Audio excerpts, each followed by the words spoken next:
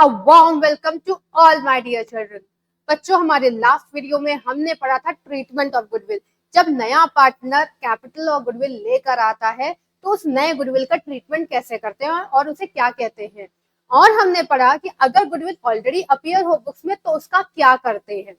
आज हमारा जो टॉपिक है वो है revaluation of assets and liabilities. और रीवैल्यूएशन का क्या मतलब होता है, आइए चलिए जानते हैं। बच्चों, जैसा कि वर्ड लिखा है रीवैल्यूएशन, रीवैल्यूएशन का मतलब होता है फिर से वैल्यू करना। और एसेट्स और लायबिलिटीज हमारी बैलेंस शीट के आइटम्स होते हैं। तो जब भी नया पार्टनर आता है, उस नए पार्टनर के आने से पहले हम अपने पुराने एसेट्स, लायबिलिटीज इनको रीवैल्यू करते हैं। कई बार ऐसा होता है with the passage of the time asset की वैल्यू बढ़ जाती है या डिक्रीज हो जाती है। इसी तरीके से लायबिलिटीज की वैल्यू इंक्रीज जाती है या फिर डिक्रीज हो जाती है। तो इससे प्रॉफिट या लॉस होता है। अब चूंकि ये ओल्ड बैलेंस शीट का आइटम है तो जो भी प्रॉफिट और लॉस हो रहा है वो ओल्ड पार्टनर्स की जिम्मेदारी है। तो इसके लिए नए पार्टनर को हम सफर नहीं करा सकते या नए पार्टनर को हम प्रॉफिट का हिस्सा नहीं दे सकते क्योंकि वो पुराने पार्टनर्स की मेहनत है। इसके लिए हम क्या करते हैं, सबसे पहला काम जब हम एडमिशन ऑफ पार्टनर करते हैं तो उस सबसे पहले हम एसेट्स और लायबिलिटीज को रीवैल्यू करते हैं। आइए चलिए देख लेते हैं इसका फॉर्मेट कैसा रहता है। ये एक टी शेप अकाउंट है, सिंपल फॉर्मेट रहता है जैसा कि लेजर अकाउंट्स में होता है। इसको हम बोलते हैं रीवैल्यूएशन अकाउंट, रीवैल्यूएशन अकाउंट। ठीक है, पर्टिकुलर्स, अमाउंट और पर्टिकुलर्स अमाउंट। ठीक है, एक क्वेश्चन जो 1 मार्क्स के लिए बहुत कॉमन है वो है revaluation is which type of account. तो revaluation is nominal account, revaluation is nominal account. This is very very important MCQ question. बहुत पूछा जाता है कि रीवैल्यूएशन किस टाइप का अकाउंट है। तो रीवैल्यूएशन एक नॉमिनल अकाउंट है और नॉमिनल अकाउंट से प्रॉफिट और लॉस अराइज होता है। ठीक है, नॉमिनल अकाउंट के रूल्स क्या होते हैं? Debit all expenses and losses, credit all income and gain. तो यही रूल आपको अप्लाई करना है रीवैल्यूएशन में और बन जाएगा रीवैल्यूएशन बिल्कुल इजी। चलिए आइए देखते हैं कि एसेट्स और लायबिलिटीज में इसको हम कैसे अप्लाई करेंगे। अब आप खुद सोचिए कि एसेट जब बढ़ता है तो बिजनेस का प्रॉफिट होता है कि लॉस? ऑफ कोर्स एसेट के बढ़ने से बिजनेस का प्रॉफिट होता है। तो increase of asset, increase of asset चला जाता है क्रेडिट साइड में क्योंकि ये है इनकम और गेन का साइड। इसी तरीके से जब एसेट डिक्रीज करता है तो हो जाता है बिजनेस का लॉस। तो डिक्रीज ऑफ एसेट चला जाता है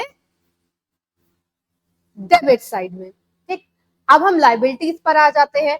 तो अगर लायबिलिटीज इंक्रीज कर रही है तो ये मेरा लॉस है। इसके लिए इंक्रीज ऑफ लायबिलिटीज चला जाता है हमारा डेबिट साइड में और डिक्रीज ऑफ लायबिलिटी एक प्रॉफिट है तो ये चला जाता है क्रेडिट साइड में। ठीक है, अब आपने कर लिया है एसेट और लायबिलिटीज के साइड डिफाइन कर लिए हैं, इस साइड में क्या आ जाएगा। हमेशा ध्यान रखिएगा यहां पर सिर्फ इंक्रीज्ड और डिक्रीज्ड वैल्यू जाती है, यानी जितना बढ़ा है और जितना घटा है। फॉर एग्जाम्पल मशीनरी मेरे पास पहले थी 1 लाख की, ठीक है, और अब मशीनरी की वैल्यू मार्केट में घट गई और वो मशीनरी की वैल्यू हो गई है 80,000। This is the new value, this is the old value and this is the new value. इनमें से कोई भी वैल्यू रीवैल्यूएशन में नहीं जाएगी, ना तो 1 लाख जाएगा ना तो 80,000 जाएगा। रिवैल्यूएशन में क्या जाएगा, सिर्फ इंक्रीज या डिक्रीज। जब आप डिफरेंस निकालेंगे तो वो है 20,000, तो ये डिक्रीज्ड वैल्यू है, ये डिक्रीज्ड वैल्यू है, तो सिर्फ 20,000 रिवैल्यूएशन में जाएगा। अब 20,000 रिवैल्यूएशन के कौन से साइड में जाएगा, देखो मशीनरी की वैल्यू हो रही है डिक्रीज, इसका मतलब हमें हो रहा है लॉस, तो हम यहां पर लिख देंगे मशीनरी और सिर्फ लॉस की वैल्यू लिखेंगे 20,000। ठीक है, तो ये इस तरीके से हम रिवैल्यूएशन को ड्राफ्ट करते हैं। ये दोनों जगह एप्लीकेबल है, इंक्रीज्ड या डिक्रीज्ड वैल्यू। प्लीज ये मत सोचेगा कि ये सिर्फ डेबिट के लिए है।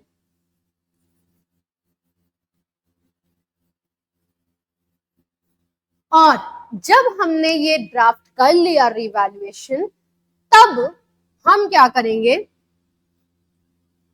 इसको कर देंगे बैलेंस। ठीक है, आपको बैलेंस करना आ गया है अकाउंट्स में। आपको पता है कि जो साइड बड़ा होता है डेबिट साइड और क्रेडिट साइड का टोटल करते हैं, जो टोटल बड़ा होता है उसे दोनों साइड में लिख देते हैं, फिर जो टोटल छोटा होता है उसी साइड में बैलेंसिंग फिगर आता है। तो अगर बैलेंसिंग फिगर अगर मेरा आ रहा है क्रेडिट साइड में, इसका मतलब मेरा डेबिट साइड बड़ा है, तो ये है लॉस। और अगर बैलेंसिंग फिगर आ रहा है डेबिट साइड में, इसका मतलब मेरा क्रेडिट साइड बड़ा है और ये है प्रॉफिट। ठीक है, इस प्रॉफिट और लॉस को हम किसको देते हैं, ये सारा का सारा ओल्ड बैलेंस शीट का आइटम है। ठीक है, और मैंने आपको लास्ट वीडियो में बताया था old balance sheet is equals to old partners is equals to old profit sharing ratio. तो हम ये दे देंगे पार्टनर को, पार्टनर्स कैपिटल अकाउंट, चाहे प्रॉफिट हो या loss, partners capital account, irrespective of gain or sacrificing ratio, irrespective of capital being debit or credit balance, हम प्रॉफिट या लॉस सारे पार्टनर्स को देंगे।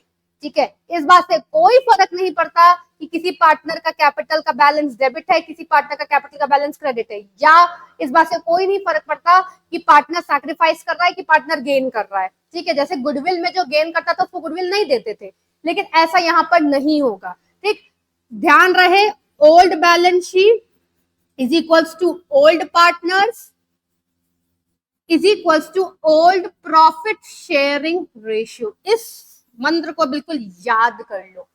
ठीक है, तो ये है मेरा रिवैल्यूएशन अकाउंट। अब रिवैल्यूएशन अकाउंट एग्जाम में मिनिमम 2 मार्क्स का तो आता ही आता है, 2 से 3 मार्क्स का आता है डिपेंडिंग अपॉन द क्वेश्चन। अगर 6 मार्क्स क्वेश्चन में रिवैल्यूएशन में कुछ एक आध अच्छे एडजस्टमेंट दे दिए गए हैं तो ये 3 मार्क्स का भी हो सकता है, जनरली ये 2 मार्क्स का रहता है। और revaluation of asset and liability सबसे आसान है बनाना, क्योंकि आपको इसको नॉमिनल अकाउंट के बेसिस पर बनाना है और बस बैलेंस करके पार्टनर्स को दे देना है। ठीक है, लेकिन कई बार ऐसे एडजस्टमेंट आ जाते हैं जो हमें कंफ्यूज करते हैं। हम वो आज सारे एडजस्टमेंट सीखेंगे जो रिवैल्यूएशन में स्टूडेंट्स को कंफ्यूज करते हैं। ठीक है, सबसे पहले चलिए हम पहले एडजस्टमेंट ही सीख लेते हैं, तब हम जर्नल एंट्री सीखते हैं ताकि आपको जर्नल एंट्री करना और आसान लगे। ठीक है, अच्छा यहाँ पर बस एक बात और बता दूं, चूंकि ये फॉर्मेट ऑलरेडी बना हुआ है, पार्टनर्स कैपिटल अकाउंट अगर आप बना रहे हैं, ये है क्रेडिट, ये है डेबिट। ठीक है, तो जो प्रॉफिट होता है, मैंने क्रॉस का कॉन्सेप्ट बताया है, वो क्रेडिट साइड में चला जाएगा। अगर कोई लॉस हो रहा है तो वो डेबिट साइड में चला जाएगा। ठीक है, तो ये बेसिक है रिवैल्यूएशन अकाउंट का। चलिए हम आगे इसमें और टिक डाउन करते हैं।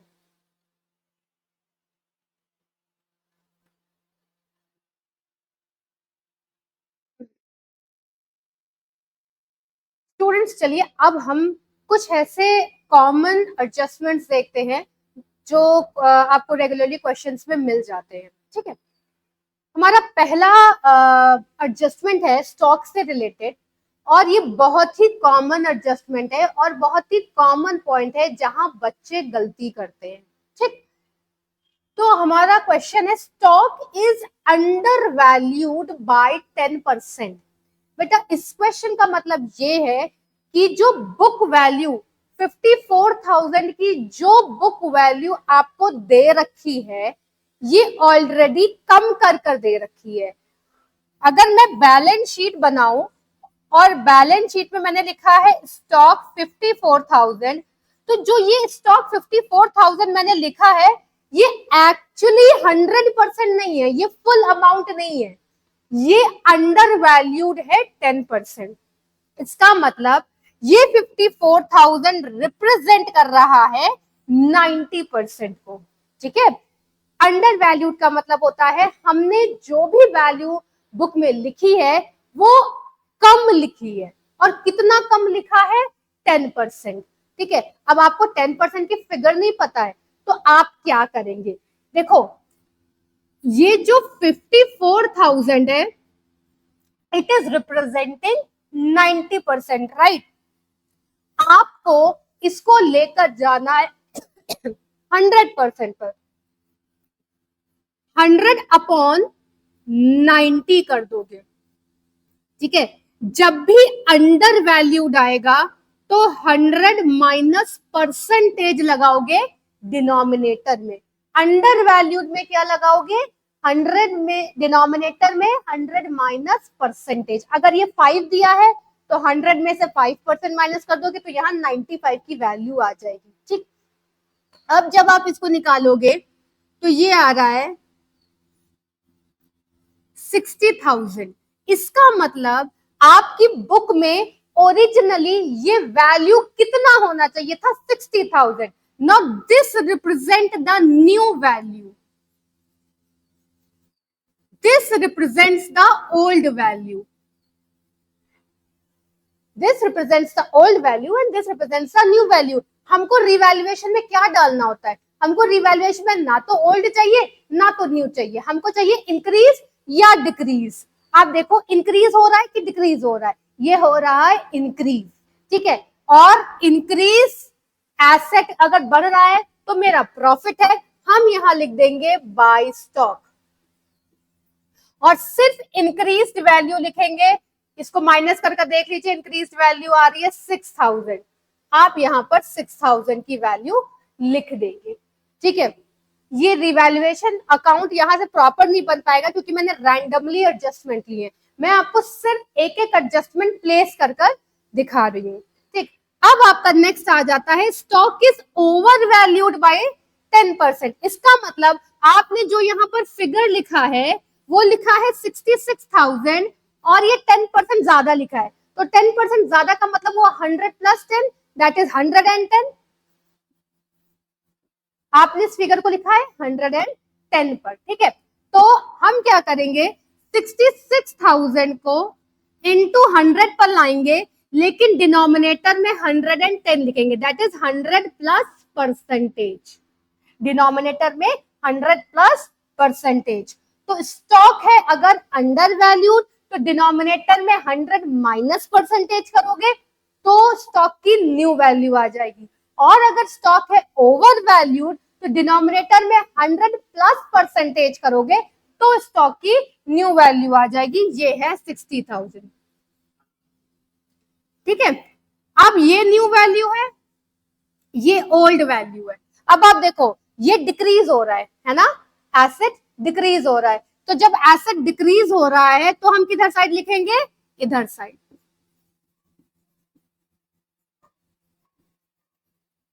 आया, तो अंडर वैल्यूड के केस में एसेट आगे जाकर बढ़ेगा, ओवर वैल्यूड के केस में एसेट आगे जाकर डिक्रीज हो जाएगा, तो साइड्स चेंज हो जाएगी। अगर यही चीज लायबिलिटी में होती तो अपोजिट हो जाता। अब हम देखते हैं हमारा नेक्स्ट एडजस्टमेंट, और ये एडजस्टमेंट बहुत बहुत कॉमन कंफ्यूजन पॉइंट है बच्चों का, तो ध्यान से करना। Value of land and building increase, preposition देखो 2 5 lakh, book value is 4 lakh, preposition है 2 का, ठीक है, तो पहले क्या था, बुक वैल्यू 4 लाख थी, अब नई बुक वैल्यू क्या है, 5 लाख है। ठीक, तो आप इंक्रीज और डिक्रीज निकालोगे माइनस कर कर, जब भी 2 दिया रहेगा तो माइनस कर कर लिखेंगे। ठीक, तो अब आप देखो ये इंक्रीज हो रही है ना, तो हमारे लिए प्रॉफिट है, हम यहां लिख देंगे बाय लैंड एंड बिल्डिंग, और कितना इंक्रीज हो रहा है, 1 लाख। कितना इंक्रीज हो रहा है, 1 लाख। ये न्यू वैल्यू दे रखी है, ये ओल्ड वैल्यू दे रखी है, जब 2 लिखा है, 2। ठीक, अब नेक्स्ट ऐसा ही कंफ्यूजन वाला एडजस्टमेंट हो सकता है, value of land and building is increased by, word है बाई। जब बाई होता है तो रिवैल्यू, ये जो फिगर दे रखी है ये इंक्रीज या डिक्रीज ही दे रखी है, तो बाई में वही वैल्यू रिवैल्यूएशन में चली जाती है जो बाई के बगल में लिखी होती है। ठीक है, 2 में क्या होता है, आपको माइनस करके लिखना होता है, बाई में क्या होता है, वही वैल्यू चली जाती है जो बाई के बगल में लिखी होती है। ठीक, इसका मतलब से लैंड एंड बिल्डिंग 1 लाख से बढ़ गई, तो आपको इंक्रीजिंग और डिक्रीजिंग, इंक्रीज और डिक्रीज वैल्यू नहीं देती, इंक्रीजिंग और डिक्रीजिंग वैल्यू दे रखी है। ठीक, और अब हम यहां पर लिख देंगे बाय लैंड एंड बिल्डिंग। आया, अब देखो नेक्स्ट क्या कह रहा है, debtors whose due of rupees 40,000 was written off as bad debt paid rupees 30,000।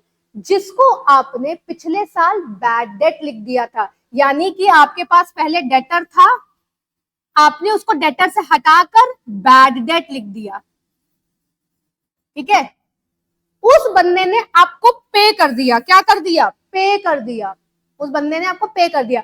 जिसको आपने बैड डेट लिख दिया था उस बंदे ने आपको पे कर दिया, यहां वर्ड है पेड, तो इसका मतलब हम इसको बोलेंगे बैड डेट रिकवर्ड। ठीक है, बैड डेट रिकवर्ड में क्या होता है कि ये एक आपकी इनकम होती है, ये पीएल के क्रेडिट साइड में लिखा जाता है, ये आपकी इनकम है, तो आप लिखोगे यहां पर बाय बैड डेट रिकवर्ड, और यहां पर वैल्यू लिखोगे 30,000, वैल्यू लिखोगे 30,000। अभी मैं आपको इन सबकी जर्नल एंट्री भी बताऊंगी, सिखाऊंगी कि कैसे करना है। ये आपको समझ में आया? ध्यान रखिए, एक डेटर को बैड डेट्स आपने डिक्लेयर कर दिया, उस बैड डेट से आपको पेमेंट रिसीव हो चुका है, इसलिए मैंने वर्ड यूज किया है बैड डेट रिकवर्ड। इसके अलावा एक इसी का सिमिलर एडजस्टमेंट हो सकता है, old customer whose account was written off as bad debt promised। अभी पेमेंट नहीं आया, उसने क्या किया है, सिर्फ प्रॉमिस किया है। ये डेटर था, इस डेटर्स को काट कर आपने बैड डेट्स किया, अब बैड डेट्स ने पेमेंट नहीं किया है, प्रॉमिस किया है, तो यहां पर बैड डेट्स रिकवर्ड नहीं आया क्योंकि अभी पैसा मुझे नहीं मिला, यहां पर मेरे डेटर वापस से बढ़ गए, तो हम बैड डेट्स रिकवर्ड, ये भी मेरा एसेट बढ़ रहा है, ठीक है, ये भी जाएगा क्रेडिट साइड में, लेकिन हम बैड डेट्स रिकवर्ड यूज नहीं करेंगे क्योंकि कैश नहीं मिला। हम क्या यूज करेंगे, बाय डेटर 16,000। आया? Next, creditor unrecorded to the extent of 30,000। कोई भी एसेट या लाइबिलिटी अनरिकॉर्ड हो सकती है, मतलब आप उसे पहले लिखना भूल गए तो वो अनरिकॉर्डेड हो सकती है। तो अगर वो पहले लिखना भूल गए हो तो अब तो आपको बैलेंस शीट में लिखना पड़ेगा, अब तो नया पार्टनर आ गया, उसको बैलेंस शीट में दिखाना पड़ेगा, तो एसेट इंक्रीज करेगा या लाइबिलिटी इंक्रीज करेगी, तो आपको देखना है कि क्या हो रहा है। हमारे केस में क्रेडिटर अनरिकॉर्डेड था, यानी कि मेरी लाइबिलिटी बढ़ गई, अब उसे रिकॉर्ड करेंगे तो लाइबिलिटी मेरी बढ़ जाएगी, और कितने से बढ़ जाएगी, 30,000 से। तो ये है मेरे अनरिकॉर्डेड क्रेडिटर्स, या आप इसको क्रेडिटर्स भी लिख सकते हैं। 30,000 लाइबिलिटी बढ़ना इज अ लॉस। फिर है इन्वेस्टमेंट, अभी ये भी देखो, investment worth 1400 not mentioned in balance sheet has to be taken into account. अब इन्वेस्टमेंट था, बैलेंस शीट में लिखा ही नहीं है, क्यों, भूल गए होंगे। अब इन्वेस्टमेंट क्या होता है मेरा, एसेट। तो अब आपको करना है एसेट को रिकॉर्ड। एसेट को रिकॉर्ड करने का मतलब है एसेट का बढ़ना, जब उसको रिकॉर्ड करोगे, और एसेट के बढ़ने का मतलब होता है प्रॉफिट। प्रॉफिट जाएगा क्रेडिट साइड में बाय इन्वेस्टमेंट 1400 आया। लास्ट देखो, अब ध्यान से देखना क्योंकि ये मैंने बहुत शॉर्ट में एडजस्टमेंट लिखा है। डेटर पहले मेरे पास थे 3,70,000 के, बैड डेट्स इसमें से हो गया 10,000, ठीक। प्रोविजन बनाना है 5%। अब ये दो अलग अलग एडजस्टमेंट है, ये रहा एक एडजस्टमेंट, ये रहा दूसरा एडजस्टमेंट, आपको दोनों दिखाने हैं। सबसे पहले आप दिखाओगे बैड डेट्स, ठीक है। जब आप बैड डेट्स दिखाओगे तो क्या होगा, आपके डेटर्स कम हो जाएंगे।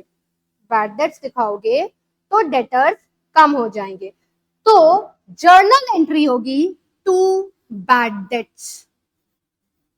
अभी जर्नल एंट्री नहीं, अकाउंट में कैसे पोस्ट करना है वो बता रहे, जर्नल एंट्री तो अलग है इसकी। टू बैड डेट्स 10,000 हो गया आपके डेटर्स कम। अब पहले डेटर थे मेरे पास 3,70,000 के, उसमें से 10,000 कम हो गए, मेरे पास बचे डेटर 3,60,000 के। अब इस 3,60,000 पर मुझे बनाना है प्रोविजन, कितना, 5% का। तो मैं बनाऊंगी 5% का प्रोविजन,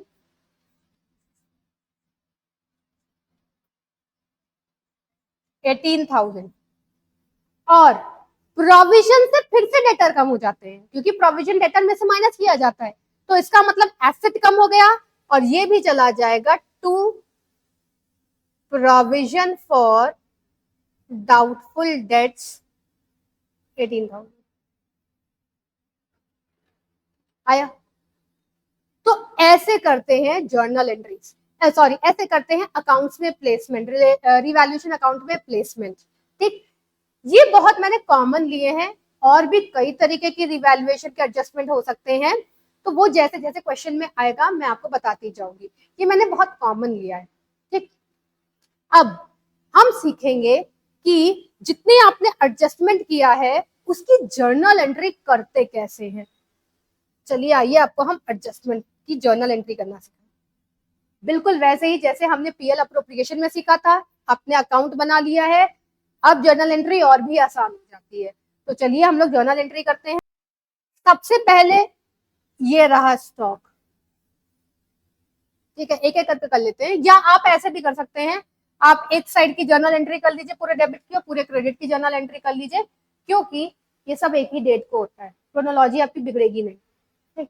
हम लोग एक एक करके देखते हैं। यहाँ लिखा है बाय स्टॉक 6,000, रीवैल्यूएशन के क्रेडिट साइड में लिखा है, ठीक है।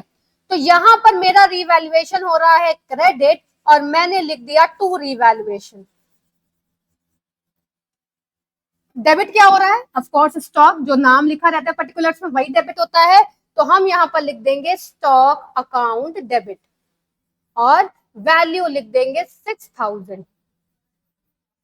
अगर मैं इस स्टॉक की एंट्री बनाती तो क्या बनता, रीवैल्यूएशन के डेबिट साइड में लिखा जा रहा है, तो हम कर देंगे रीवैल्यूएशन को डेबिट, और क्या क्रेडिट होगा, स्टॉक।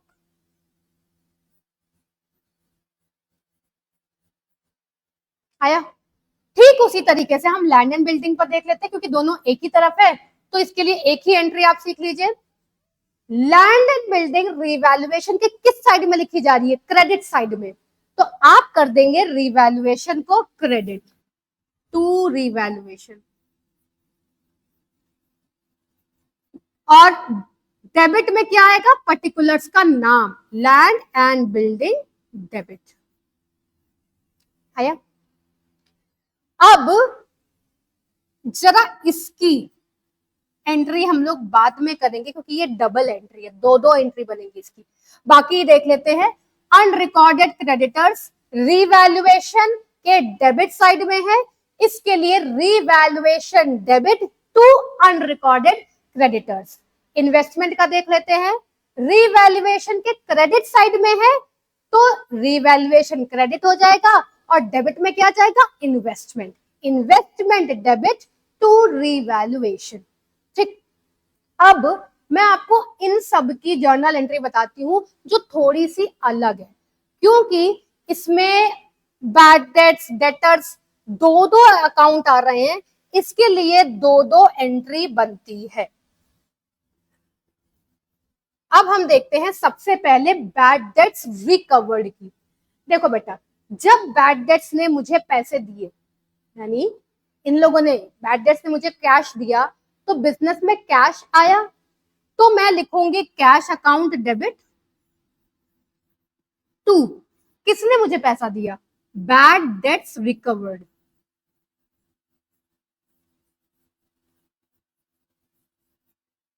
बैड डेट्स रिकवर्ड, ठीक है, हो गया। अब ये मेरी पहली एंट्री हो गई। अब दूसरी एंट्री इस बैड डेट्स रिकवर्ड को आपको रिवैल्यूएशन में ट्रांसफर करना है, क्योंकि ये है प्रॉफिट और लॉस। तो एंट्री बनेगी bad debts recovered account debit to revaluation account, to revaluation account. तो जनरली होता क्या है कि जो इनकम पीएल अकाउंट में जाते हैं उनकी हमको डबल एंट्री करनी पड़ती है अगर पेमेंट रिसीव हो रहा है या दिया जा रहा है, ठीक है। तो ये हो गया बैड डेट्स रिकवर्ड अकाउंट, पहले मैंने कैश रिसीव किया और फिर मैंने ट्रांसफर किया उसको रिवैल्यूएशन में। तो ये रही बैड डेट्स की आपकी दो जर्नल एंट्री। अब हम देखते हैं डेटर्स, ये जो 16,000 डेटर्स हैं, ये क्या है, ये प्रॉमिस टू पे है, ठीक है। ये जो 16,000 है ये बस प्रॉमिस टू पे है, अभी कुछ रिसीव नहीं हुआ है ना। तो जब रिसीव हुआ ही नहीं है तो मैं डायरेक्टली डेटर को कर दूंगी डेबिट टू रिवैल्यूएशन,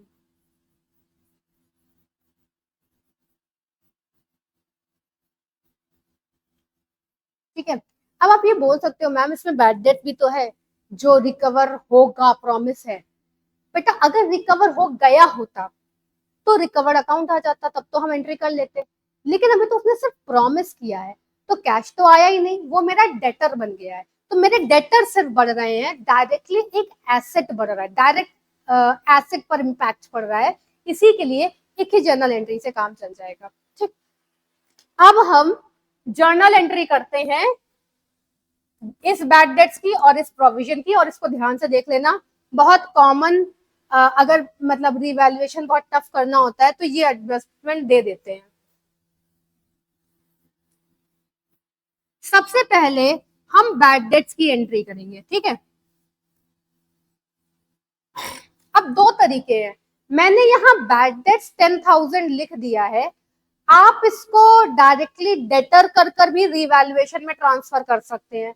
ऐसे मैंने बैड डेट्स लिख दिया है तो अब मुझे इसकी डबल एंट्री करनी पड़ेगी, ठीक है।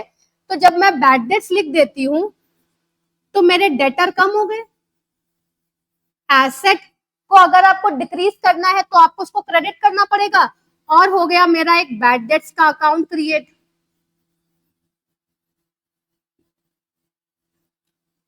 इसके बाद इस बैड डेट्स को तुमको रिवैल्यूएशन में ट्रांसफर करना है, तो तुमने बोल दिया revaluation debit to bad dates,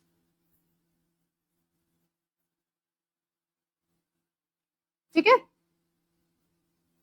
तो ये हो गई इसकी डबल एंट्री, आया। अब हम करते हैं प्रोविजन की एंट्री। प्रोविजन में रिवैल्यूएशन डेबिट हो रहा है,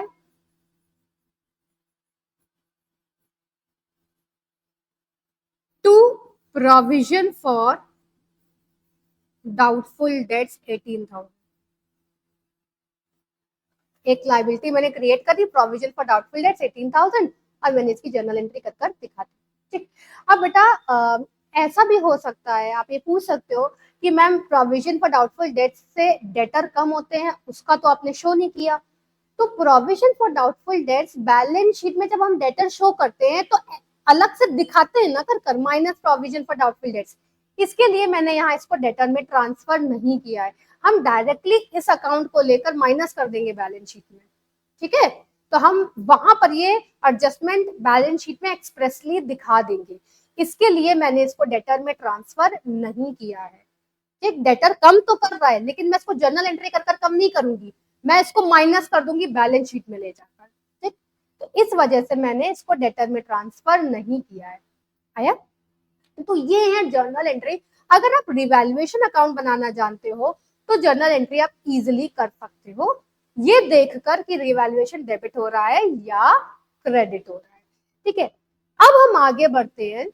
एक बहुत ही इंपॉर्टेंट एडजस्टमेंट जो आपको 6 मार्क्स में मिलेगा ही मिलेगा, रिवैल्यूएशन तो 2 मार्क्स का है ही, इसके बाद वो एडजस्टमेंट जरूर मिलेगा। ठीक है, वो एडजस्टमेंट होता है एक्यूमुलेटेड प्रॉफिट एंड लॉस का। एक्यूमुलेटेड प्रॉफिट एंड लॉस जो बैलेंस शीट में शो हो रहा है, उसका हम ट्रीटमेंट करेंगे, सीखेंगे कि उसको कैसे एडमिशन ऑफ पार्टनर्स में ट्रीट किया जाता है। अब बच्चों हम देखेंगे कि एक्यूमुलेटेड रिजर्व्स और प्रॉफिट और लॉस जो आपको बैलेंस शीट में दिख रहा है उसका क्या ट्रीटमेंट करते हैं। तो सबसे पहले हम समझ लेते हैं ये एक्यूमुलेटेड प्रॉफिट और लॉस बैलेंस शीट में हमें दिख रहा है, इसका मतलब क्या है, क्या दिखता है कि एक्यूमुलेटेड वर्ड बोलते हैं हम उसको। देखो ये दी है आपको ओल्ड बैलेंस शीट, आपको जब भी क्वेश्चन दिया जाएगा एडमिशन ऑफ पार्टनर का तो उसमें आपको ओल्ड पुरानी बैलेंस शीट बनी हुई मिलेगी जो पुराने पार्टनर्स की होगी। ठीक, उसमें कुछ आइटम्स अपीयर हो रहे होंगे, जैसे अगर एसेट साइड में दिया है पीएल अकाउंट, एडवर्टीजमेंट सस्पेंस, या इसको आप डेफर्ड एक्सपेंडिचर, कोई भी डेफर्ड एक्सपेंडिचर भी हो सकता है, जैसे कि रिसर्च के ऊपर आपने एक्सपेंडिचर किया। डेफर्ड एक्सपेंडिचर हमने 11th में पढ़ा था, वो बड़े अमाउंट का एक्सपेंडिचर होता है, एक्सपेंस होता है जो हमें कई साल तक बेनिफिट देता है। तो एडवर्टीजमेंट सस्पेंस उसका एक एग्जाम्पल है। ठीक, तो पीएल अकाउंट दिया है, एडवर्टीजमेंट सस्पेंस दिया है या गुडविल दिया है। ये गुडविल एक्यूमुलेटेड में तो नहीं आता लेकिन ट्रीटमेंट एक ही जैसा करते हैं इसलिए मैंने लिख दिया है। ठीक है, आपको गुडविल का ट्रीटमेंट मैंने पिछले वीडियो में समझाया भी था, अभी भी एक बार हम रिवाइज कर लेंगे। तो एसेट में 3 ऐसे आइटम है जिनका ट्रीटमेंट डायरेक्टली आप कैपिटल अकाउंट में करते हैं, कैपिटल या फिर करंट अकाउंट, आपको जैसा भी क्वेश्चन में दिया हो। अगर फिक्स कैपिटल है तो आप करंट अकाउंट में करेंगे, नहीं तो आप कैपिटल अकाउंट में करेंगे। ठीक है, तो ये जितने भी एक्यूमुलेटेड चीजें दी हैं ये रीवैल्यूएशन में नहीं जाती हैं एक्सेप्ट सर्टेन सिचुएशन। ठीक है, ये 2 ऐसे ट्रीटमेंट हैं जो कभी कभी रिवैल्यूएशन में चले जाते हैं, अदरवाइज इनमें से और कुछ कभी रिवैल्यूएशन में नहीं जाएगा, ये डायरेक्टली पार्टनर के कैपिटल अकाउंट में जाएगा या करंट अकाउंट में जाएगा, जैसा कि कैपिटल। ठीक है, अब एसेट में सिर्फ 3 चीजें होती हैं, पीएल अकाउंट, एडवर्टीजमेंट या कोई भी डेफर्ड एक्सपेंडिचर के नाम से अकाउंट है, या गुडविल। 3 कौन सी हो गई? पीएल अकाउंट, अगर एसेट में पीएल है तो वो लॉस है। ठीक है, पीएल अकाउंट, एडवर्टीजमेंट सस्पेंस या डेफर्ड एक्सपेंडिचर या गुडविल, ये 3 चीजें हैं एसेट की जो डायरेक्टली जाएंगी कैपिटल अकाउंट में। अब हम देख लेते हैं लायबिलिटीज में। तो लायबिलिटीज में जनरल रिजर्व या रिजर्व फंड नाम से भी आ जाता है। जनरल रिजर्व या रिजर्व फंड कभी भी रिवैल्यूएशन में नहीं जाएगा, कभी भी नहीं। कॉन्टिजेंसी रिजर्व नहीं जाएगा, वर्कमैन कॉम्पनसेशन और इन्वेस्टमेंट फ्लक्चुएशन रिजर्व कभी मतलब कुछ ऐसे एडजस्टमेंट होते हैं कि थोड़ा सा अमाउंट रिवैल्यूएशन में चला जाता है, एक्सेप्ट नहीं जाएगा, ये कहीं नहीं, ये रिवैल्यूएशन में आपको जाएगा ही नहीं, बल्कि रिवैल्यूएशन में इसका एक ट्रीटमेंट होता है जो रिवैल्यूएशन में हम करते हैं डिपेंडिंग ऑन द क्वेश्चन, मगर ये रिजर्व कभी नहीं जाएगा, कभी भी नहीं। आप कभी भी रिवैल्यूएशन अकाउंट में वर्कमैन कंपनसेशन रिजर्व नहीं लिखोगे। इसके बाद अगर पीएल अकाउंट में क्रेडिट बैलेंस या प्रॉफिट दे रखा है, देखो इन दोनों में से कोई एक चीज दी जाएगी, चाहे प्रॉफिट दिया जाएगा चाहे लॉस दिया जाएगा। तो अगर पीएल लाइबिलिटी साइड में है तो वो प्रॉफिट है। तो ये जो सारे आइटम्स होते हैं ये डायरेक्टली कैपिटल अकाउंट में जाते हैं, इनका रिवैल्यूएशन से कोई वास्ता नहीं होता, ये रिवैल्यूएशन में नहीं जाते। इसका मतलब क्या, ये क्यों रिवैल्यूएशन में नहीं जाते? क्योंकि आप देखो इसमें लिखा है reserve reserve reserve reserve, fund fund, ठीक है, पीएल, ये सब क्या है? ये सब पिछले कई सालों का या पिछले 2-3 सालों का या पिछले साल का बचा हुआ प्रॉफिट है। आपने कुछ प्रॉफिट बचा लिया था जो जनरल रिजर्व में ट्रांसफर कर दिया, आपने कुछ प्रॉफिट था जो बांटा ही नहीं था पार्टनर्स में, आपने कुछ प्रॉफिट का हिस्सा था जो वर्कमैन ऑफ इन्वेस्टमेंट में डाल दिया था। तो ये सब बचा हुआ प्रॉफिट का हिस्सा है, ठीक। और प्रॉफिट का हिस्सा किसका होता है? पार्टनर्स का होता है। चाहे आप उसे किसी नाम से भी लिखो, चाहे आप उसे रिजर्व लिख दो, चाहे आप उसे रिजर्व फंड लिख दो, जनरल रिजर्व लिख दो, पीएल लिख दो, लेकिन है तो ये पार्टनर के लिए ना। तो ये कोई ऐसा लाइबिलिटी नहीं है जो नए पार्टनर को दिया जाए, ये ऐसी कोई लाइबिलिटी नहीं है जो नए पार्टनर को दिया जाए। ये पुराने पार्टनर्स की मेहनत है या नहीं मेहनत है, ठीक है, या लॉस है, जो भी है, तो ये पुराने पार्टनर्स का है। इसके लिए ये हम डायरेक्टली डाल देते हैं कैपिटल अकाउंट में और ये यहीं से खत्म हो जाता है। जैसे कि जनरल रिजर्व जब आपने डायरेक्टली ट्रांसफर कर दिया कैपिटल अकाउंट में तो ये यहीं पर क्लोज हो गया, जनरल रिजर्व खत्म हो गया, कोई अकाउंट अब बचा नहीं है, ठीक है। इसका मतलब जब हम नई बैलेंस शीट बनाएंगे तो हम जनरल रिजर्व नहीं डालेंगे, ठीक है। अगर हम इसको रीवैल्यू कर रहे होते तो मुझे नई बैलेंस शीट में दिखानी पड़ती इसकी नई वैल्यू, तो इसके लिए हम इसको रीवैल्यू नहीं करते, हम इसको क्या करते हैं, पार्टनर के कैपिटल अकाउंट में ट्रांसफर करके बंद कर देते हैं। अब जैसे ही जनरल रिजर्व पार्टनर के कैपिटल अकाउंट में गया, ये अकाउंट खत्म हो गया, बंद हो गया, अब ये नई बैलेंस शीट में नहीं दिखाई देगा। वैसे ही कॉन्टिजेंसी रिजर्व खत्म हो गया, नई बैलेंस शीट में नहीं दिखाई देगा। यहां पर भी एडवर्टीजमेंट सस्पेंस खत्म हो गया, नई बैलेंस शीट में नहीं दिखाई देगा। इसके लिए हम इसको रिवैल्यूएशन में ना डालकर डायरेक्टली कैपिटल अकाउंट में डालकर क्लोज कर देते हैं, ठीक है। तो जब आप कैपिटल अकाउंट बनाओगे, मैंने आपको क्रॉस का फंडा बताया है, बिल्कुल वो फंडा हमेशा याद रखना।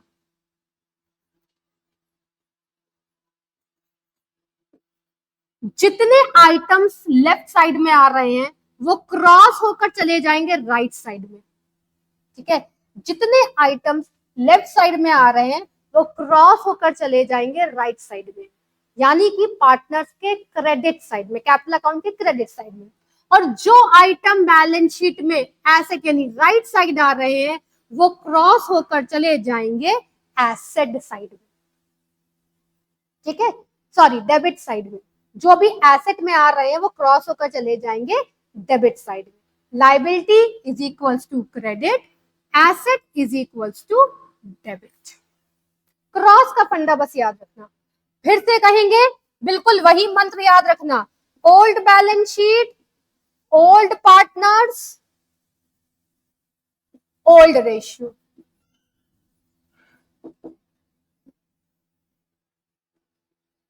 ठीक है। अब हम देख लेते हैं इसकी जर्नल एंट्री, और बहुत ही इजी जर्नल एंट्री है। आप क्या कर रहे हो, लाइबिलिटीज को कैपिटल अकाउंट में ट्रांसफर कर रहे हो, तो साइड डिसाइड है कि लाइबिलिटीज कैपिटल अकाउंट के क्रेडिट साइड में जाएंगी और एसेट कैपिटल अकाउंट के डेबिट साइड में जाएगा। तो एक्यूमुलेटेड प्रॉफिट जितने भी हैं वो हो जाएंगे डेबिट। चलो इजी बताती हूँ थोड़ा। मैंने यहां पर लिख दिया जनरल रिजर्व, मैंने यहां पर लिख दिया कॉन्टिजेंसी रिजर्व, मैंने यहां पर लिख दिया वर्कमैन कॉम्पनसेशन रिजर्व, मैंने यहां पर लिख दिया इन्वेस्टमेंट फ्लक्चुएशन रिजर्व और पीएल लिख दिया ना। लाइबिलिटीज को मैंने कैपिटल अकाउंट के क्रेडिट साइड में लिख दिया। अब कर लो जर्नल एंट्री, कैपिटल अकाउंट क्या हो रहा है, डेबिट की क्रेडिट, क्रेडिट, ठीक है। तो हम यहां पर लिखेंगे 2A's capital 2B's capital, old balance sheet मतलब ओल्ड पार्टनर्स, ठीक है। और डेबिट में लिख देंगे general reserve debit, contingency reserve debit, investment fluctuation fund debit, इन सब को तुम कर दोगे डेबिट और पार्टनर के कैपिटल अकाउंट को कर दोगे क्रेडिट। ठीक, चलो अब ये वाला चीज देख लेते हैं। यहां पर मैंने लिख दिया PL account, advertisement suspense, goodwill. कर लो जर्नल एंट्री। पार्टनर का कैपिटल अकाउंट हो रहा है डेबिट, तो मैंने कर दिया A capital debit, B capital debit. जिसको जितना दे रहे हो वो अमाउंट लिख देना, और यहां पर लिखोगे to PL account, to advertisement suspense, to goodwill. हो गई जर्नल एंट्री, है ना आसान।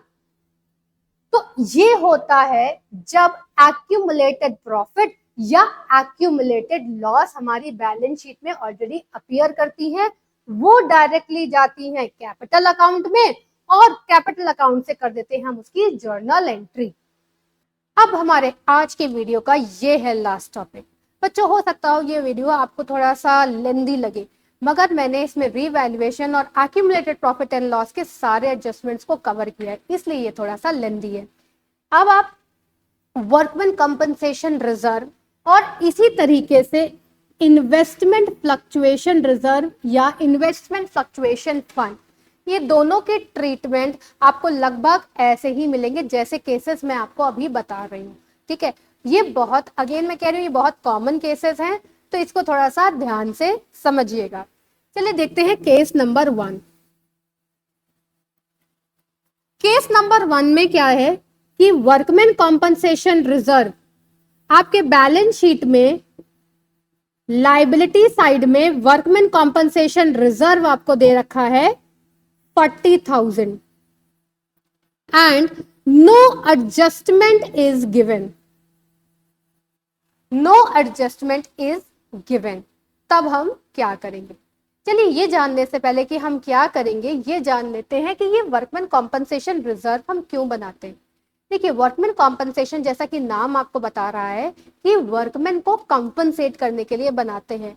इसका मतलब अगर वर्किंग आवर्स के दौरान किसी भी वर्कमैन को चोट लग जाती है या फिर उसकी डेथ हो जाती है, तो ये एक एक्ट है, फैक्ट्रीज एक्ट, जिसके अंडर में हमको वर्कमैन को कंपनसेट करना ही होता है। ठीक है, उसको पैसा देना पड़ता है, मुआवजा देना पड़ता है। तो ये जो वर्कमैन कॉम्पनसेशन रिजर्व है, ये फर्म्स के लिए जिनका स्पेसिफिक नंबर ऑफ एम्प्लॉयज होते हैं, उनके लिए ये रिजर्व होना जरूरी होता है। तो क्या होता है कि ये प्रॉफिट, क्या आपने जो भी प्रॉफिट अर्न किया है साल भर में, उसका कुछ पोर्शन आप रिजर्व में ट्रांसफर कर देते हैं, ताकि अगर किसी भी वर्कमैन को चोट लग जाती है तो हम उसको पैसा दे देंगे इसी रिजर्व में से। तो जब मैंने बोला अगर, इसका मतलब ये सिचुएशन हो सकती है कि साल भर में या जब पार्टनर एडमिट हुआ उस वक्त कोई भी वर्कमैन को चोट नहीं लगी और हमको किसी को पैसा नहीं देना है। ठीक है, तब हम इस रिजर्व को बोलते हैं फ्री रिजर्व, मतलब कि कोई क्लेम नहीं है, फ्री है, ये खाली है ये। ठीक, तो जो पहला केस बनता है वर्कमैन कॉम्पनसेशन रिजर्व 40,000 और दिया है कोई एडजस्टमेंट नहीं, इसका मतलब वर्कमैन को ना तो चोट लगी ना तो हमको उसको कॉम्पनसेट करना है, ये हो गया फ्री रिजर्व। ठीक, जब ये होता है फ्री रिजर्व तो इसका सिर्फ एक ही ट्रीटमेंट होता है, directly transferred to capital account. अब चूंकि ये लाइबिलिटी साइड है यानी लेफ्ट हैंड साइड है, तो ये कैपिटल अकाउंट के क्रेडिट साइड में आएगा। Liability is equal to credit side of the capital account, 2A 2B या जितने पार्टनर्स हैं और जो ओल्ड रेशियो है, और वर्कमैन कॉम्पनसेशन रिजर्व को आप कर देंगे डेबिट। तो ये एक सिंपल सी जर्नल एंट्री कर कर आप वर्कमैन कॉम्पनसेशन को ओल्ड पार्टनर्स को डिस्ट्रीब्यूट कर सकते हैं in their old profit sharing ratio. ठीक, तो ये बन गया एक केस, सिंपल केस है, कोई एडजस्टमेंट नहीं है। अब आते हैं दूसरे केस की तरफ, केस नंबर 2। केस नंबर 2 में क्या है कि वर्कमैन कॉम्पनसेशन रिजर्व आपको दे रखा है 40,000 बैलेंस शीट में। चलिए आपको बैलेंस शीट बनाते हैं। लाइबिलिटीज एसेट और आपको दे रखा है वर्कमैन कॉम्पनसेशन रिजर्व 40,000। एडजस्टमेंट में आपको दे दिया वर्कमैन कॉम्पनसेशन क्लेम, क्लेम या आप कह लो कि पेमेंट, ऐसा कर कर कुछ भी दिया रहेगा। ठीक, अब इस एडजस्टमेंट का क्या मतलब है? इस एडजस्टमेंट का मतलब है बेटा कि जिस दिन पार्टनर का एडमिशन हो रहा है उस दिन तक किसी वर्कर को चोट लग गई होगी और उसने 16,000 का क्लेम किया है। ठीक है, उसने कहा कि मुझे 16,000 का पैसा चाहिए, मुझे क्लेम चाहिए, मुझे पेमेंट चाहिए। तो रिजर्व आपके पास कितना है? 40,000 का।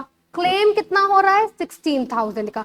In this case workman compensation reserve is greater than workman compensation claim, है ना?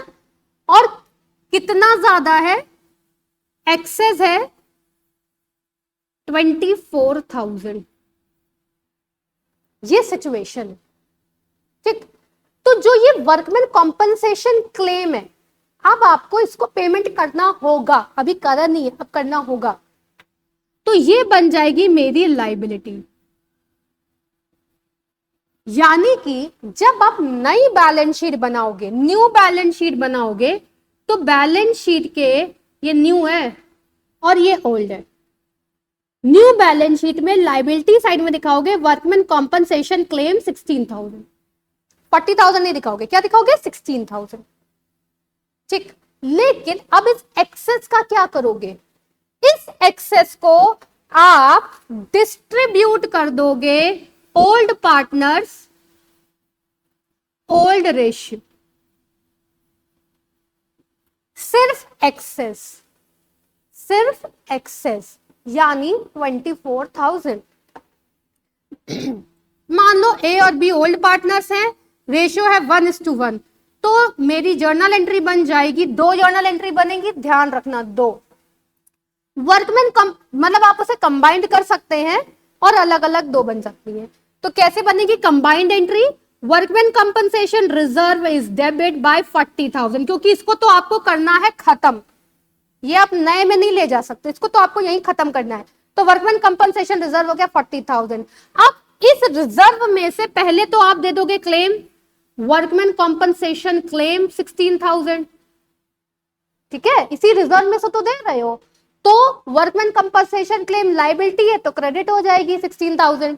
अब बचा हुआ 24,000 ए और बी की कैपिटल में ट्रांसफर कर दोगे, अगर इक्वल है तो 12-12 मैंने कर दिया और हो गया खत्म मेरा workman compensation reserve.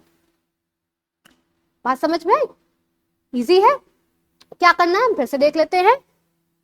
Workman compensation reserve is 40,000, claim is 16,000, reserve claim से बड़ा है, एक्सेस निकालोगे 24,000, ठीक है, और ये excess old partners old ratio में चला जाएगा। जर्नल एंट्री कैसे बनेगी? Workman compensation reserve is debit 40,000 to workman compensation claim, यानी कि लाइबिलिटी, और ए और बी को जो बचा हुआ रिजर्व है वो दे दोगे, क्योंकि अब वो बचा हुआ तो फ्री है ना, तो फ्री वाली चीज ए और बी को दे दोगे। तो ये बन गया केस नंबर 2। अब हम देख लेते हैं हमारा केस नंबर 3। बैलेंस शीट है, ओल्ड है। अब इस ओल्ड बैलेंस शीट में आपको वर्कमैन कॉम्पनसेशन रिजर्व दे रखा है 25,000। आया, एडजस्टमेंट पर आए हमने देखा कि एडजस्टमेंट में जो क्लेम दे रखा है वो दे रखा है 40,000 का, समझे? अब इस केस में क्या है? Workman compensation reserve is less than workman compensation claim. यहां पर है डेफिशिएंसी, कितने? 15,000 की। अब हम क्या करेंगे? एक्सेस थी तो पार्टनर को दे दिया, अब डेफिशिएंसी है तो क्या करेंगे? ठीक है, ध्यान से देखो, जर्नल एंट्री में देख लो, आराम से समझ जाओगे। देखो, वर्कमैन कंपनसेशन रिजर्व को तो डेबिट होना ही होना है, क्योंकि इसको तो मुझे खत्म करना है। तो कितने से डेबिट करूंगी? 25,000 से। जो क्लेम है, वर्कमैन कंपनसेशन क्लेम है 40,000, ये लाइबिलिटी है मेरी, इसको मुझे लिखना है क्रेडिट में, मैंने लिख दिया भाई क्रेडिट में 40,000, बट डिफरेंस है ना, डिफरेंस कितने का है 15,000 का डेबिट साइड में। अब ये जो डेफिशिएंसी है ये क्या है, लॉस, क्योंकि मेरा क्लेम ज्यादा है, ये डेफिशिएंसी है लॉस, और इसको हम डाल देंगे रीवैल्यूएशन में।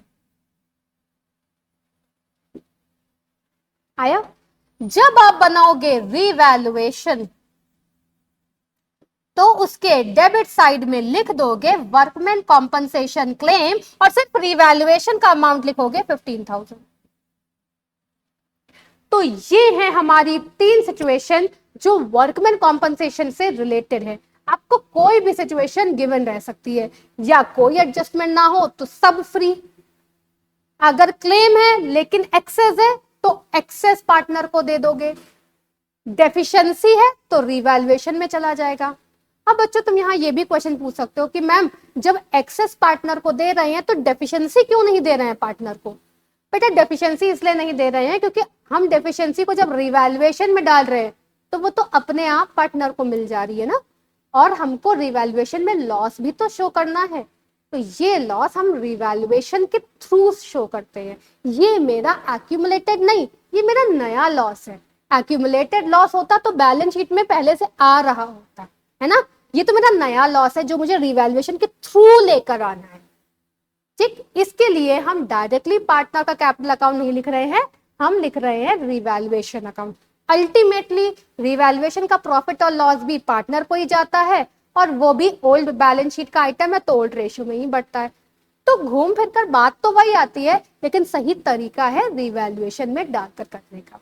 आया, अब इसी तरीके से बिल्कुल यही सिचुएशन जहां मैंने लिखा है वर्कमैन कंपनसेशन, वहां पर हम इन्वेस्टमेंट फ्लक्चुएशन रिजर्व लिखते हैं।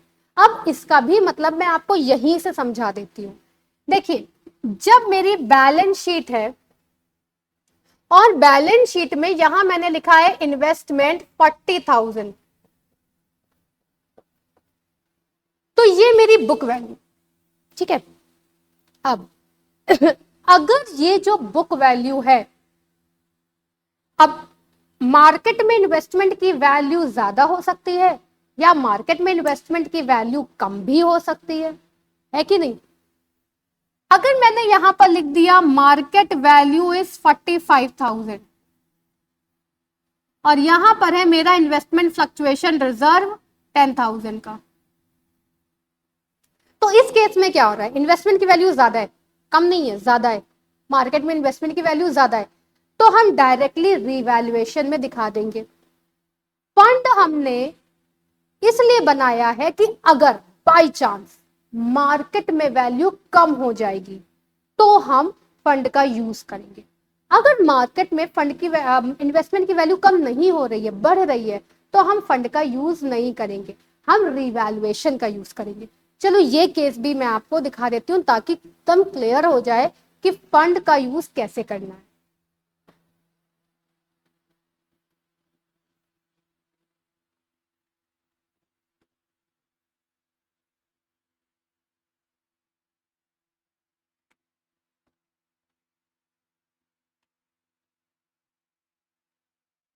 चलिए केस नंबर 1, अब हम इसको देख रहे हैं इन्वेस्टमेंट फ्लक्चुएशन फंड को, ठीक है। केस नंबर 1, बैलेंस शीट दी है, अब एसेट साइड में दिया है इन्वेस्टमेंट, और इन्वेस्टमेंट की वैल्यू दी गई है मुझे 40,000, यहां ब्रैकेट में लिख दिया मार्केट वैल्यू इज 45,000। याद रखिए जरूरी नहीं है कि इन्वेस्टमेंट का जो मार्केट वैल्यू है वो एडजस्टमेंट में दिया जाए, वो बैलेंस शीट में भी गिवन होगा, उसको हम हिडन एडजस्टमेंट ही बोलेंगे। और यहां पर मुझे लाइबिलिटी साइड में इन्वेस्टमेंट फ्लक्चुएशन फंड दे दिया है 10,000। अब इस केस में क्या हो रहा है, इस केस में इन्वेस्टमेंट की वैल्यू ज्यादा है ना, तो मेरी जर्नल एंट्री बनेगी इन्वेस्टमेंट अकाउंट डेबिट 5,000, यानी कि आपने इन्वेस्टमेंट को 5,000 से बढ़ा दिया, एसेट डेबिट से बढ़ता है, टू रिवैल्यूएशन आया। अब ये तो हो गया। अब इस फंड का क्या करेंगे? ये फंड का तो कोई काम ही नहीं रहा ना, क्योंकि मुझे इसे यूज ही नहीं करना है। तो अब मैं इस फंड को दे दूंगी ओल्ड पार्टनर्स ओल्ड रेशियो में। ये हो गई मेरी सेकेंड एंट्री, फ्री हो गया, एकदम free. Case number 2, balance sheet, investment again 40,000, market value 38,000। यहां इन्वेस्टमेंट फ्लक्चुएशन फंड है 10,000। अब इस केस में क्या हुआ? मार्केट वैल्यू 2,000 कम हो गई है ना। अब हम इस केस में जर्नल एंट्री क्या करेंगे? सबसे पहले इन्वेस्टमेंट को कम कर देंगे। एसेट है, क्रेडिट से कम होगा। कितना कम करोगे? 2,000। डेबिट में क्या करोगे? रीवैल्यूएशन, सॉरी, डेबिट में करोगे इन्वेस्टमेंट फ्लक्चुएशन फंड डेबिट 2,000। जब तक फंड के पैसे तुम्हारे पास हैं, तुम रिवैल्यूएशन नहीं लेकर आओगे, फंड से पैसा काटोगे। फंड बनाया ही इसी बात के लिए था। तो 2,000 मैंने फंड से काटे। अब मेरे फंड में कितना बचा? 8,000। अब मैं सेकेंड एंट्री में बचे हुए फंड को पार्टनर्स में बांट दूंगी, 2A 2B। आया? अब तीसरी सिचुएशन आ जाए। Balance sheet, asset, liability, investment 40,000, market value 28,000, investment fluctuation fund अभी भी 10,000 है। अब इस केस में क्या हो रहा है? इन्वेस्टमेंट की वैल्यू 12,000 कम हो रही है और मेरे पास फंड कितना है? 10,000 का। तो 2,000 की डेफिशिएंसी है। कैसे शो करेंगे? पहले तो जर्नल एंट्री लिखें, टू इन्वेस्टमेंट। टोटल इन्वेस्टमेंट को तुमको कम करना है 12,000 से, है ना। तो यहां पर लिख दो 12,000, लिख दिया। इन्वेस्टमेंट को कम कर दिया, क्रेडिट कर दिया। अब डेबिट में क्या लिखोगे? Investment fluctuation fund debit.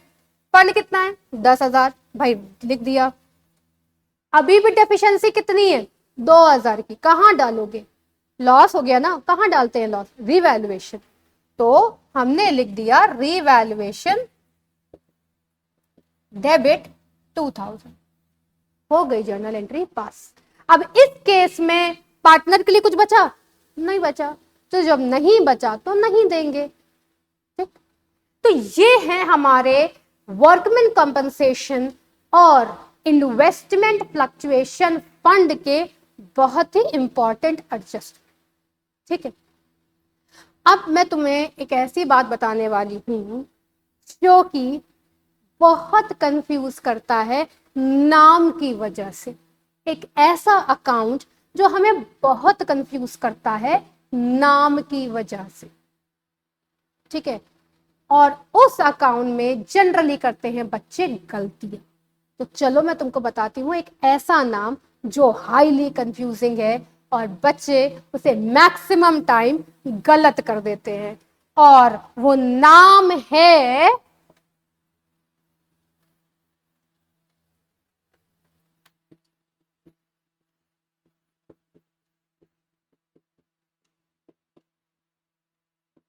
बड़ा सा सिंपल सा नाम और कंफ्यूजन ढेर सारा, प्रोविडेंट फंड। प्रोविडेंट फंड एक तरह, ये हमारी है लाइबिलिटी।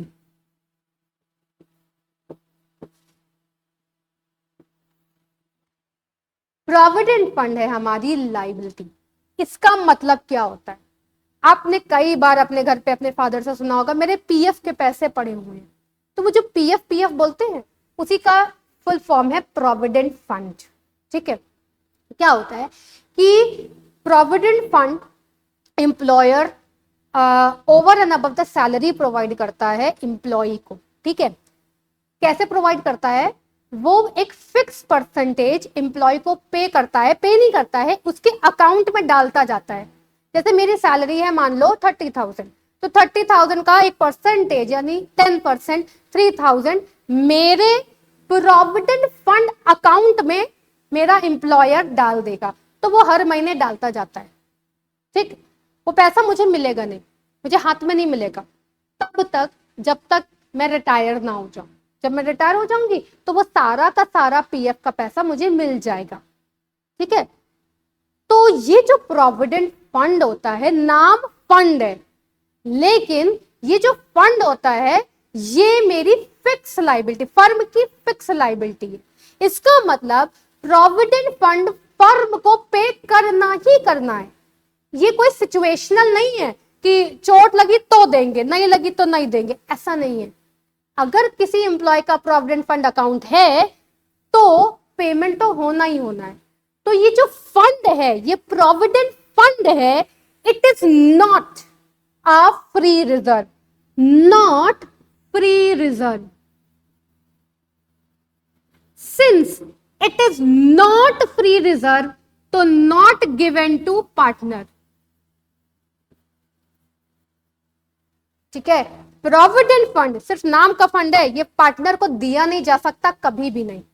जैसे कि क्रेडिटर्स होते हैं कि क्रेडिटर्स बढ़ सकते हैं, घट सकते हैं, रिवैल्यूएशन में आ सकते हैं, लेकिन क्रेडिटर्स पार्टनर्स को नहीं दिए जाते, डिस्ट्रीब्यूट नहीं होते। उसी तरीके से प्रोविडेंट फंड को आप वैसा ही ट्रीट करिए। वो इंक्रीज होगा, डिक्रीज हो सकता है, लेकिन कभी भी पार्टनर को डिस्ट्रीब्यूट नहीं होगा।